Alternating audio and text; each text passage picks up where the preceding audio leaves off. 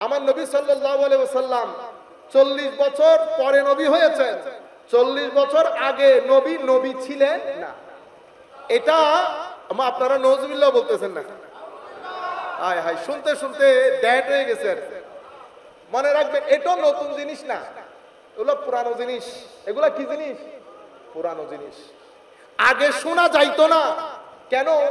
কারণ আগে পেট্রো ডলারের মাধ্যমে এই আকীদাগুলা প্রমোটেড হয় নাই। এখন এই আকীদাগুলার পেছনে লাখ কোটি টাকা খরচ করা হচ্ছে। আমরা কারো সাথে একমত দ্বিমতের জন্য না। এই যে ঢাকা শহরের মধ্যে 80 বিঘা জমি, ঢাকা শহরের 2 মাইল পর পর 10 তলা বিল্ডিং। আমার ভাই, আমরা একেবারে আবা খাবা জুব্বা পরে প্রত্যেকদিন মাইকের সামনে এসে আমাকে প্রশ্ন করা হয়েছে, হু আস্কড ইউ দিস কোয়েশ্চেন? কে করেছে আপনাকে প্রশ্ন? আমরা প্রশ্ন রেডি করি, সেই প্রশ্নগুলো আমাদের এসি রুমের মধ্যে বসে বসে ওই নির্দিষ্ট দেশের যেখান থেকে পেট্রো ডলার দেওয়া হয় সেই দেশগুলা থেকে পেট্রো ডলার পেয়ে ওই আকীদাগুলা দ্বীন এবং ধর্মে কোরআনের আকীদা বলে আমরা প্রচার প্রসার করি। আপনারা বুঝতে পেরেছেন? নতুবা ওই যে আমি আপনাকে বলছি, আমার 15 বছরের ছেলে যদি আমার নবীর অনুসরণ করতে চায়, তাহলে তো এখন বলবো, বাবা নবীর অনুসরণ তুমি তো করতে পারবা না। নবীর অনুসরণ করতে হলে তোমাকে অবশ্যই 40 বছরে পদার্পণ করতে হবে। কেন? কারণ আমার নবী নবী হয়েছেন 40 বছর পরে। 40 বছর পরে। তো এখন 40 বছর আগে আমাদের কম কোথায় যাবে? আল্লাহ তো বলছে তোমাদের জন্য রয়েছে, তোমাদের। তো তোমাদের মধ্যে কে কে আছে? আল্লাহ পবিত্র কোরআনের মধ্যে জীবনকে 3 ধাপের বলেছেন। কয় ধাপ? 3 ধাপ। এক ধাপকে আল্লাহ বলেছেন দুর্বলতা, শিশুকাল, যখন কেউ মুভ না করলে আমি মুভ করতে পারতাম না। দ্বিতীয় যুগ, দ্বিতীয় সময়টাকে আমার আল্লাহ বলেছেন কুওয়া, শক্তিশালী টাইম, যেটাকে আমরা ইউথ, আমাদের কি বলি, ইয়াংস্টার, বাংলায় কি বলে, যৌবনকাল। এই যৌবনকালকে আমার আল্লাহ শক্তিশালী বলেছেন, এটা একটা কাল। আরেকটাকে আমার আল্লাহ আবার বলেছেন দাফান ওয়া শাইবা, আবারও দুর্বলতার সময়। এটা কোনটা? কুহুলা, মানি বৃদ্ধকাল। শিশুকাল, যৌবনকাল, বৃদ্ধকাল। এখন 40 বছর হচ্ছে যৌবনকালের লাস্ট বর্ডার। কি বর্ডার? Last border.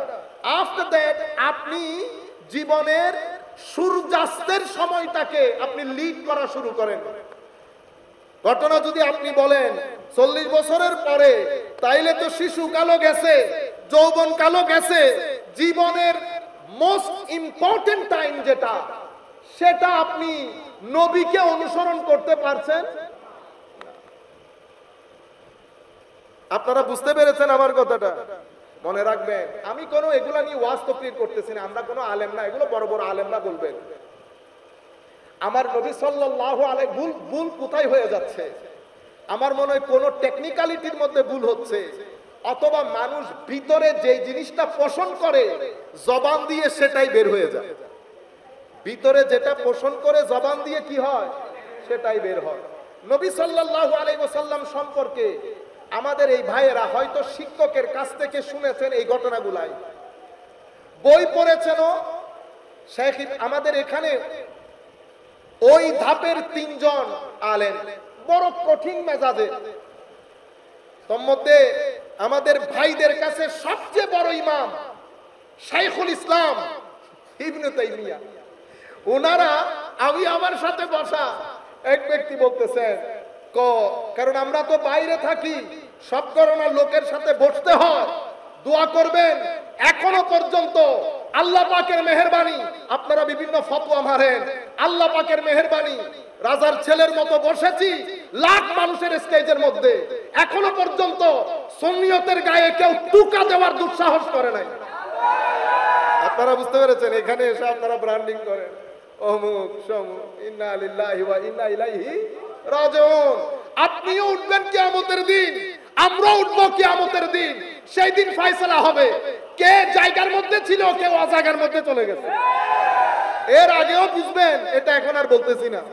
সম্মানিত উপস্থিতি, আপনাদেরকে বলতে যেটা চাইতেছিলাম, তো আমাদেরকে ওয়াকালা, উনি বলতেছেন এখন মিটিং এর মধ্যে যে কোনো একটা বিষয়ে কথা হচ্ছিল, ওয়াকালা শাইখুল ইসলাম আল ইমাম ইবনে তাইমিয়া রাহিমাহুল্লাহ। দেখছেন নি কি ইজ্জত। আচ্ছা, আমার কোনো অসুবিধা না, তোমার ইমাম তুমি বলছো।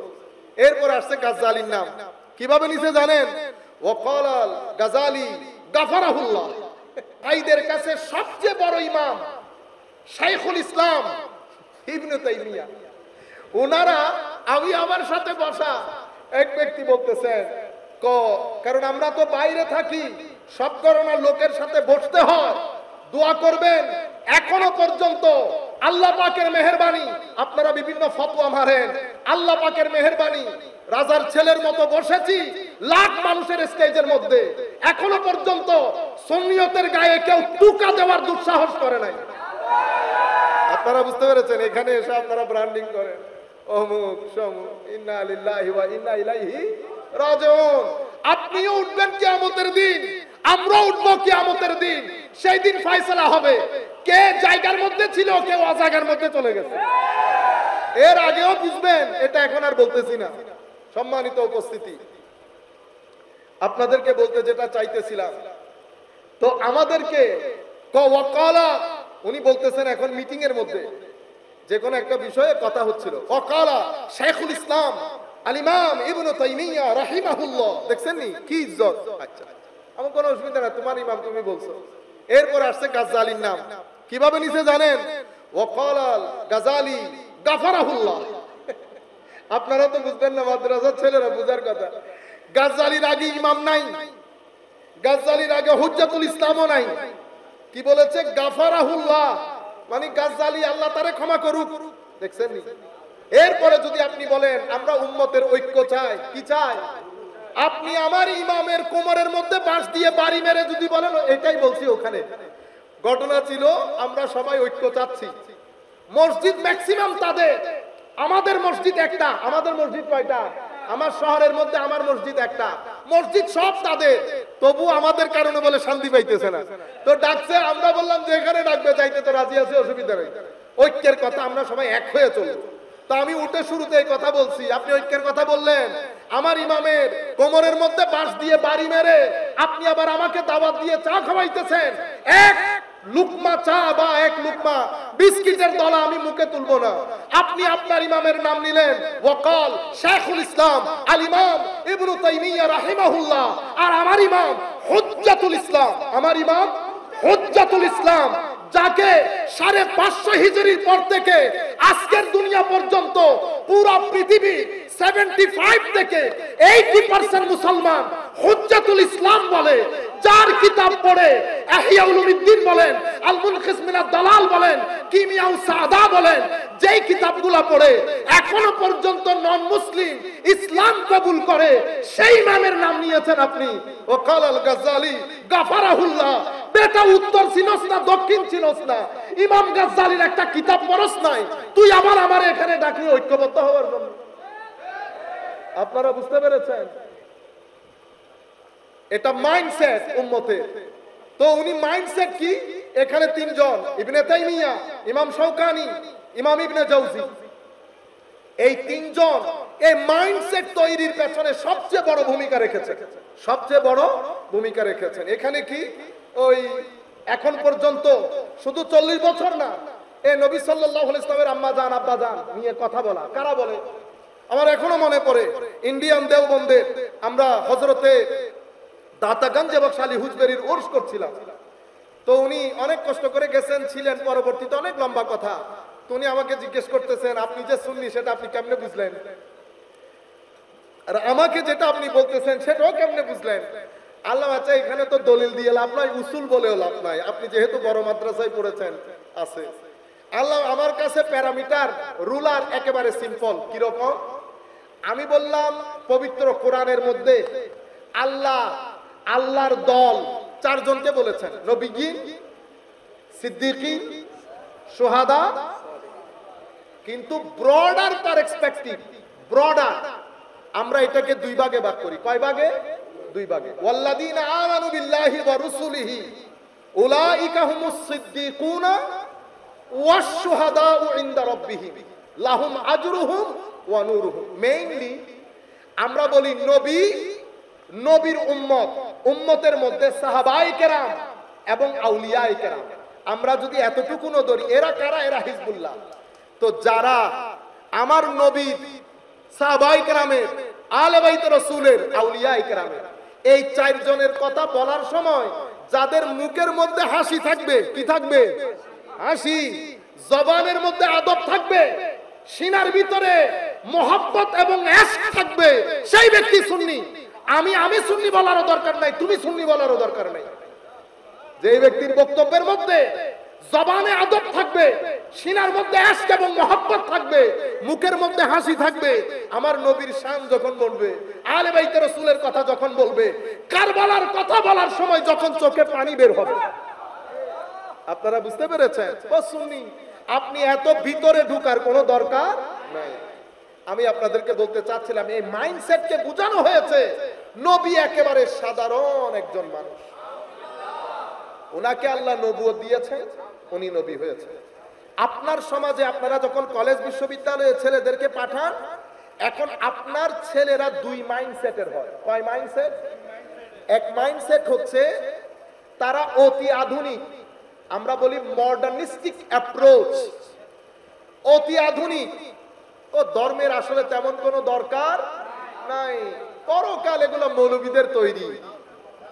বিজ্ঞান আসল, বিজ্ঞান আসল, তার মানে তারাই সেরা, তারাই সেরা। বিভিন্ন ধর্মের এই যে গ্রন্থগুলা, তোর মধ্যে কোরআনও একটা, এগুলা যার যার ধর্মগ্রন্থ। এই যে মাইন্ডসেটের কথা বলেছি, আপনার বিশ্ববিদ্যালয়গুলোতে এই মাইন্ডসেটের শিক্ষকরাই মেইনলি আমাদের ছেলেপুলাকে শিক্ষা দেয়। আমি সেই মাইন্ডসেটের লোকগুলাকে একটু বলি, মনে রাখবেন কোরআনের মধ্যে আল্লাহ পরকালের কথা যেমনে বলেছেন, আমার আল্লাহ বিজ্ঞানের কথা তেমন বলেছেন। সুতরাং আমি বলবো আগে কোরআনটা পড়েন। ডক্টর গ্যারি মিলার, কানাডিয়ান বহু বড় সায়েন্টিস্ট, বহু বড় সায়েন্টিস্ট, তার মতো ডিবেটার, মানে হয় না গাছকে যদি লোহা বলে, লোহা প্রমাণ করতে পারবে। যেমনে ম্যাথমেটিক্স, তেমনি হিস্টোরিক্যাল জ্ঞান, একেবারে টাইটুম্বুর। তার বন্ধুরা তাকে কোরআন শরীফ দিয়েছে, তো তুমি এইটা পড়ে এখান থেকে ভুল ত্রুটি বের করে মুসলমানদের মুখে তালা লাগিয়ে দাও। বই পড়া শুরু করেছে সূরা নাহাল। কোন সূরা? সূরা নাহাল। সূরা নাহাল পড়তেছে, ওয়া আওহা রাব্বুকা ইলান নাহলি আনিত্তাখিজি মিনাল জিবালি বুয়ুতা ওয়া মিনাশ শাজারি ওয়া মিম্মা ইয়ারিশুন সুম্মা কুলি মিন কুল্লি সামারাত ফাসলুকি সুবুলা রাব্বিকি। এই আয়াতের মধ্যে আল্লাহ মধু পোকাকে 4 বার অ্যাড্রেস করেছেন। কয়বার? 4 বার। এই 4টা অ্যাড্রেস দেখে উনি আর সামনের আয়াতে যাইতে পারতেছে না। আমি আমার দেশের সমস্ত বড় বড় সেকুলার সায়েন্টিস্টদের দৃষ্টি আকর্ষণ করতেছি। মনে রাখবেন, আমি আমার জীবনে এবং আমার উস্তাদ ডক্টর আব্দুল হাকিম মুরাদ, ক্যামব্রিজ ইউনিভার্সিটির বিখ্যাত প্রফেসর এবং সুফি আল্লাহর ওলি, ওনার মুখেও একই কথা শুনেছি। ওনারা তো প্রত্যেক দিন 3-4 জনকে ইসলাম গ্রহণ করায়, বড় বড় লোক, প্রফেসর, ইঞ্জিনিয়ার, সায়েন্টিস্ট। আমাদের কাছে তো ছোট ছোট লোকগুলো আসে।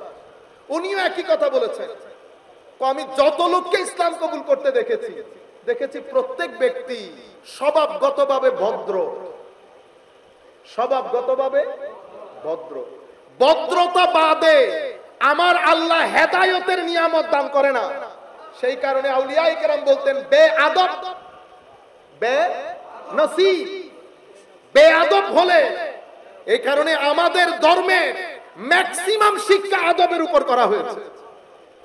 যেই ব্যক্তির মধ্যে আদব যত বেশি, এটা সুফিয়ায়ে কেরাম হযরতে সাইয়্যিদুত তায়েফা হযরতে জুনায়েদ বাগদাদী রাদিয়াল্লাহু তাআলা আনহু বলেছেন, যেই ব্যক্তির ভিতরে আদব যত বেশি, সেই ব্যক্তির ভিতরে বেলায়েতের চেরাগও তত বাড়ি। যার ভিতরে আদব বাড়বে, আখলাক বাড়বে, ফামান যাদা আলাইকা বিত্তাসাব্বিল আদব যাদা আলাইকা বিত্তাসাব্বুহ। যেই ব্যক্তির ভিতরে আদব বাড়বে, সেই ব্যক্তির ভিতরে তাসাউফও বাড়বে। দেখেন কোরআন পড়তে হয় নাই, সূরা নেহলের এই 2 আয়াত পড়ে উনি আর সামনে যাইতে পারে না। এটা কেমনে হলো দেখতেছেন আপনারা? একটু এখনো বুঝতেছেন না। আমরা হুজুররা আলেমরাও বুঝতেছি না। কেন? কারণ এটা আমাদের সাবজেক্ট না। সেই কারণে আল্লাহ কোরআনে পাকের মধ্যে বলেছেন, ইন্নামা ইয়াখশাল্লাহা মিন ইবাদিহিল উলামা। মানুষের মধ্যে, আল্লাহর সৃষ্টি জগতের মধ্যে, মুসলমানদের মধ্যে বলে নাই। কি বলেছে? মিন ইবাদিল্লাহ। মাদ্রাসার ছাত্ররা দয়া করে এই আয়াত লিখবেন বাসায় গিয়ে, এটার উপর 4 মাস গবেষণা করেন। কিসে কিসে গবেষণা করবেন? এখান থেকে প্রশ্ন বের করেন। শব্দ ব্যবহার হয়েছে শুরুতে ইয়াখশা, খাশিয়াত। কোরআনে পাকের মধ্যে এভাবে 3টা শব্দ এসেছে, খাশিয়াত, খৌফ, ওয়াজল। আপনি লেখেন এই 3 শব্দের মধ্যে ফারাক কি, অর্থগত ফারাক কি, খাশিয়াত কোথায় এসেছে, খৌফ কোথায় এসেছে। অতঃপর দেখবেন সংজ্ঞা অনুযায়ী কোরআনের ব্যবহারটা চমৎকার হয়েছে কিনা, কোরআনের ব্যবহারটা পারফেক্ট হয়েছে কিনা। খাশিয়াত যাওয়ার পরে ইন্নামা ইয়াখশাল্লাহ মিন ইবাদিহি, এখানে আল্লাহ ইবাদিহি কেন বললেন? মুসলমান মুমিন কেন বললেন না? ইবাদিহি, ইবাদ অর্থ কি? ইবাদতের অর্থ কি? আব্দুলের অর্থ কি? কোরআনের মধ্যে এই শব্দগুলা কত জায়গায় কত অর্থে ব্যবহৃত হয়েছে? 3টা প্রশ্ন পাইলেন। আল উলামা, এখান থেকে প্রশ্ন বের করেন, এলম কাকে বলে? উলামায়ে কেরামের অভিমত কি এই ব্যাপারে? এলম কিভাবে অর্জন করতে হয়? জাহেরি এলম কোনটা, বাতেনি এলম কোনটা? আল্লাহ কোরআনের মধ্যে এখানে কোন আলেমের কথা বলেছেন? তখন দেখবেন আপনার তাসাদ্দুদ, গোরামি কেটে যাবে, অহংকার নিমিষে ধ্বংস হবে। আমাদের অহংকার, আমরা 2-1টা নাহু সরফের কায়দা জানলে, ব্যাকরণ জানলে গায়ে হাত দেওয়া যায় না। ছোট থেকে বড়, আবার ঝাড়ি মারে কেমনে, বুঝতে পেরেছে? এখানে এক মাহফিলের মধ্যে দেখছি হুজুর সাধারণ মানুষের ঝাড়ি মারে। কি ও বালসাল তোরা হ না, ও ভাই ও বসে আছে এখানে বড় বড় জ্ঞানী লোক। আপনি কেমনে জানেন কিয়ামতের ময়দানে কার চেহারা দেখে আমার আল্লাহ খুশি হবে? আজকে না আমি স্টেজের মধ্যে বসেছি, কবরের মধ্যে কাকে দেখে আমার নবী মুস্কি হাসি দেন? যাকে দেখে মুস্কি হাসি দেবেন রাজার ছেলে, যাকে দেখে মুখ ফিরিয়ে নেবেন তো দুনিয়াও বরবাদ, আখিরাতও বরবাদ, আফকারুল ফুকারা হয়ে যাবে। আপনারা বুঝতে পেরেছেন? এগুলা করবেন, অহংকার নিচে নেমে আসবে। ইন্নামা ইয়াখশাল্লাহ মিন ইবাদিহি আল উলামা। যেই ব্যক্তির ভিতরে আল্লাহর মারিফত যত বেশি, সেই ব্যক্তি আলাম উলামা, আলেম। সেই ব্যক্তির মধ্যে আল্লাহর মহব্বত মিশ্রিত ভয়ও বেশি, মহব্বত মিশ্রিত ভয়ও বেশি। একদিকে গুন্ডা আসতেছে, গুন্ডাকে দেখে আমার ভিতরে যেটা লাগে সেটাকে খাশিয়ত বলে না, খৌফ বলে। কি বলে? খৌফ। আল্লামা ওসির রহমান আল কাদরি সাহেব কিবলা মুদ্দাসিল্লুহুল আলী, উনি আসছেন, আমার অন্তরের ভিতরে যেটা লাগে এটাকে খৌফ বলে না, কি বলে? খাশিয়ত। কেন? একটা হচ্ছে ভয়, এই ভয় ওই ভয় না, এটা মহব্বত এবং সুকুন মিশ্রিত ভয়। দেখতেও চায়, আবার বেয়াদবি হবে বলে ভয়ও লাগে, নারাজ হবে বলে ভয়ও লাগে। তো আশেক দূরে, আশেক দূরে, বাকি সবাই মাসুককে ঘিরে বসে আছে, আশেক দূরে বসে আছে। সবাই কেউ দেখে, কেউ ছবি তুলে, মাসুক হঠাৎ করে চিল্লানি দিয়ে বলে উঠে, কারণ আশেকের হৃদয়ে প্রশ্ন জেগেছে, হুজুর আজকেও কি দেখা করতে পারবো না?